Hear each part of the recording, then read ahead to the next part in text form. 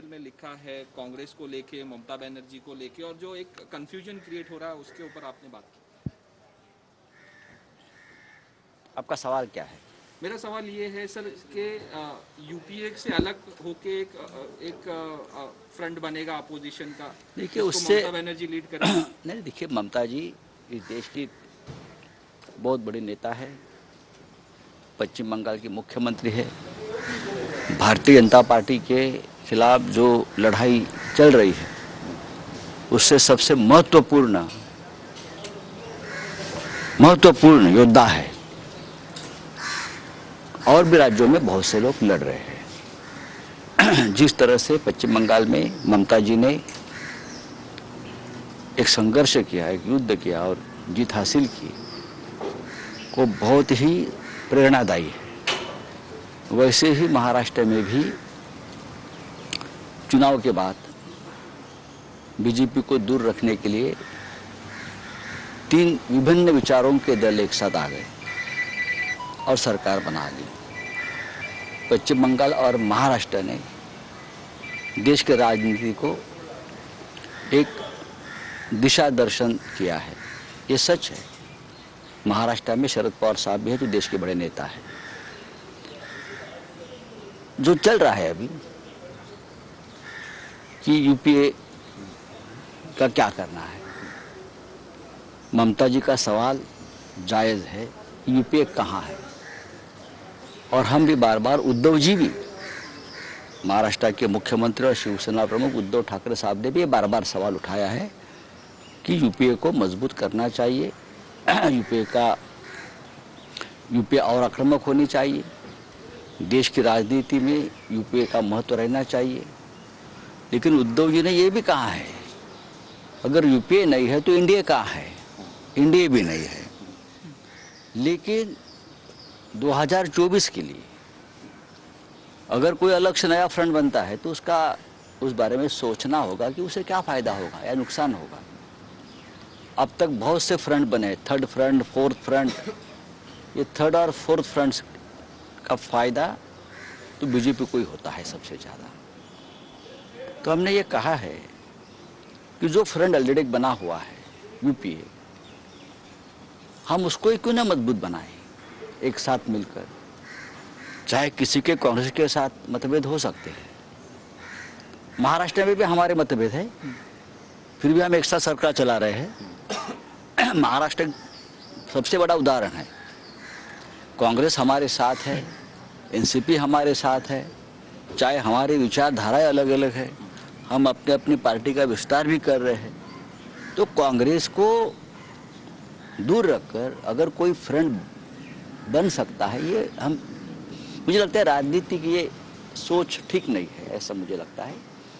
क्योंकि मध्य प्रदेश में कांग्रेस है, राजस्थान में बड़ी कांग्रेस है, हरियाणा में कांग्रेस का बेस है, महाराष्ट्र में कांग्रेस का बेस है, और भी राज्यों में कांग्रेस है।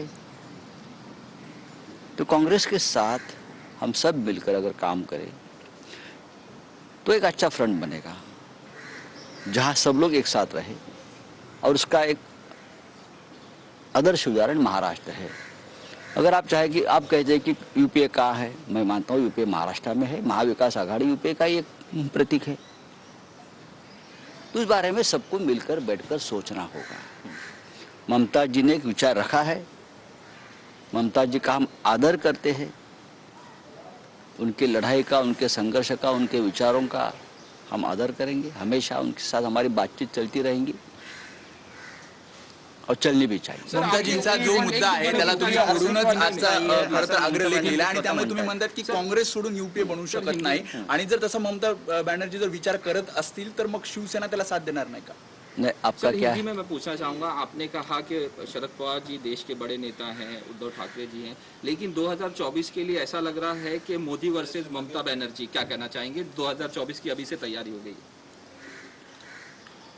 जैसे पवार साहब ने भी कहा है कि एक पर्याय बनेगा, पर्याय खड़ा करेंगे। नेता कौन, उस बारे में बाद में हम पर्याय सोच कौन हो सकते सकता है हैं। आपको क्या? नहीं, पहला तो फ्रंट तो बनने दीजिए। सर, कांग्रेस ने ये कहा कि ममता बनर्जी जो है वो पॉलिटिकली अवसरवाद जो है उनको सपोर्ट कर रही है, देखिए पॉलिटिकल ये जो सब अपॉर्चुनिस्ट हैं उनको सपोर्ट कर देखिए रही ये है। सब बातें हम भूल जानी चाहिए। महाराष्ट्र में भी हम एक दूसरे के ऊपर बहुत टिक्का टिप्पणी करते थे, लेकिन आज हम बीजेपी को रोकने के लिए एक साथ है। 2 साल हमारी सरकार चल रही है और बहुत ही अच्छी तरह से ये सरकार चल रही है। ये देश के लिए हमने एक नया आदर्श बनाया है कि हम लोग सरकार में एक साथ काम कर सकते हैं। धीरे धीरे ये सब बातें दूर हो जाएगी। हम वापस ममता जी से मिलेंगे, हम सब लोग मिलेंगे।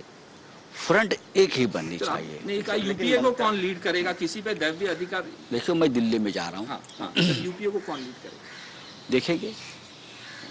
अभी तो यूपीए को सोनिया गांधी जी लीड कर रही है और सोनिया गांधी की लीडरशिप के ऊपर किसी ने ऑब्जेक्शन नहीं लिया है।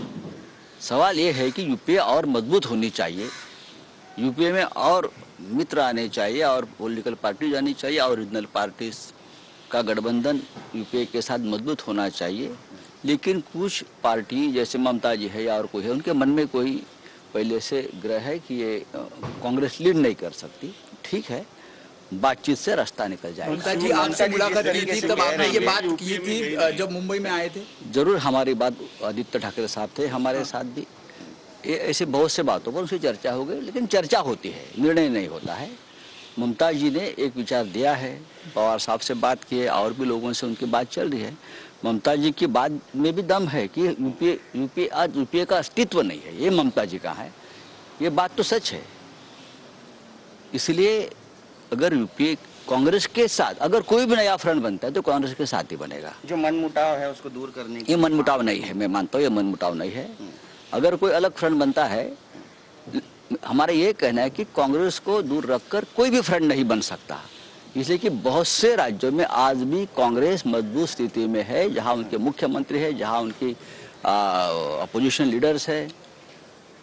किसी राज्य में कांग्रेस को तोड़ फोड़ कर कोई पार्टी खत्म नहीं होती। हमारे यहाँ से बहुत लोग टूटकर चले गए, लेकिन पार्टी आज भी मजबूत है, चलता है। कांग्रेस कमजोर हो गई है। कांग्रेस आज उत्तर प्रदेश में प्रियंका गांधी का मैं देख रहा हूँ कि उनको अच्छा समर्थन मिल रहा है। जब आपने चर्चा की थी तब ये मुद्दा रखा था क्या कि कांग्रेस और के सिवा अंजाम किस तरीके से होगा? क्या इसका आगाज कब से होगा और अंजाम देखिए, कब होगा? ये देखो, अभी ये बात शुरुआत हो गई, अभी शुरुआत हो गई है, चर्चा हो गया, उद्धव जी से भी बात होगी। अब उद्धव जी सक्रिय हो जाएंगे, उद्धव जी तो सक्रिय हो जाएंगे तो उसके ऊपर ज़्यादा हम आगे जाएंगे। लेकिन ये बात उद्धव जी ने हमेशा कही है, हमारे पार्टी चीफ ने कही है कि यूपीए को अगर मजबूत नहीं बनाओगे तो 2024 में हम कैसे मुकाबला करेंगे। तो ये दूसरा, तीसरा, चौथा, पांचवा फ्रंट जो है, जो सोच है, उस बारे में हमको फिर सोचना आखिरी होगा। सवाल, जब चर्चा हुई थी ममता जी के साथ आपकी, तब ये बताया गया था कि कांग्रेस को साथ में लेकर ही आगे बढ़ना है। ये विचार रखा था कि सबको साथ लेकर जाना चाहिए, किसी बड़ी पार्टी को। आज कांग्रेस आज भी एक राष्ट्रीय पार्टी है, इतिहास है कांग्रेस का। एक जरूर आज ये कमजोर हो गई है कुछ राज्यों में, लेकिन कांग्रेस को छोड़कर हम एक कोई फ्रंट बनाते हैं तो वोटों का बंटवारा वापस हो जाएगा और जिसका फायदा हम जिसके खिलाफ लड़ रहे हैं उनको ही हो जाएगा। हाँ सर, सर, आपने ये अभी कहा है भी कि इसका शिवसेना फायदा यूपीए की अभी भी अधिकृत सदस्य नहीं हम हुई किसी है। के सदस्य नहीं है, ना एनडीए के है ना यूपीए के है। जैसे अकाली दल और भी ऐसी बहुत सी पार्टियां हैं। तो ये सबको अगर एक साथ लाने का प्रयास जो है वो करना चाहिए, वो करना चाहिए। और ये काम शरद पवार साहब हो, सोनिया गांधी जी हो, राहुल गांधी हो, प्रियंका हो, ममता जी हो, सबको एक साथ बैठकर ही करना पड़ेगा। सर, सेशन शुरू हो चुका है, विंटर सेशन। महाराष्ट्र के बहुत सी समस्याएं हैं, बहुत से सवाल हैं जिनके ऊपर अब तक केंद्र ने कुछ भी ठोस ऐसा निर्णय नहीं लिया है। देखिए, सदन नहीं चल रहा है, कल से चल रहा है, कल से शुरू हो गया है। अभी हम भी जाएंगे दिल्ली में, देखेंगे। सर, देवेंद्र फडणवीस ने कहा है शिवसेना को वीर सावरकर जी के बारे में बोलना नहीं चाहिए, इस तरह से स्टेटमेंट दिया है, क्या कहना चाहिए? वीर सावरकर जी के बारे में हमें ही बोलना चाहिए। वीर सावरकर के असली वारसदार हम ही है, उनके विचारों के असली वारसदार हम ही है। वीर सावरकर का विचार जो हिंदुत्व का है वो बाला साहब ठाकरे जी ही आगे लेकर गए हैं। हम डरपोक नहीं है, मैं आपको बताना चाहता हूँ। हिंदुत्व के मामले में हमने कभी भी यूटर्न नहीं लिया है, हमने कभी कॉम्प्रोमाइज़ नहीं किया है। आज भी सावरकर जी हमारे आदर्श है और रहेंगे, और हम बार बार कहते हैं सावरकर जी भारत रत्न है। सरकार के पास ऐसी क्या समस्या है कि आप उनको भारत रत्न से क्यों सम्मानित नहीं कर पा रहे हो? आप सबको कर रहे हो। त्यांचं म्हणणं आहे की निलंबित खासदार चिखलफेक करतायत सावरकर. अजिबात नाही, असं काही झालेलं नाही आहे. आमचे जे खासदार आहेत, मग प्रियांकाजी असतील किंवा अनिल देसाई जे असतील, या संदर्भात कायदेशीर कारवाई होते आहे. त्यांच्यावर जो काही खोटं जो आरोप लावलेला आहे, मी स्वतः चौकशी केली. आधी मलाही वाटलं की काहीतरी कोणी चुकीचं बोलले की काय स्लिप ऑफ टंग झालं की, पण तसं नाही आहे. मी स्वतः पाहिलं. पण फडणवीस म्हणते की सावरकरांचा ज्यांनी अपमान केला त्यांच्या मांडीला मांडी लावून सत्तेत शिवसेना बसले. प्रभू श्रीरामाचा ज्याने अपमान केला त्यांच्या पक्षाला पण तुम्ही घेऊन बसला होतात ना सरकारमध्ये. रामविलास पासवान यांनी राम मंदिराच्या संदर्भात लढ्याबाबत जी वक्तव्य केली होती, त्यानंतर मांडीवर घेऊन कोण बसलं होतं? आजही अनेक पक्ष त्यांच्याबरोबर असे आहेत. बघा, हा कोण कोणाला घेऊन बसला यापेक्षा आमचा विचार काय आहे, आमच्या मनातल्या भावना काय आहे, हमारे मन की भावना क्या है वो देखिए. चलो धन्यवाद. Thank you.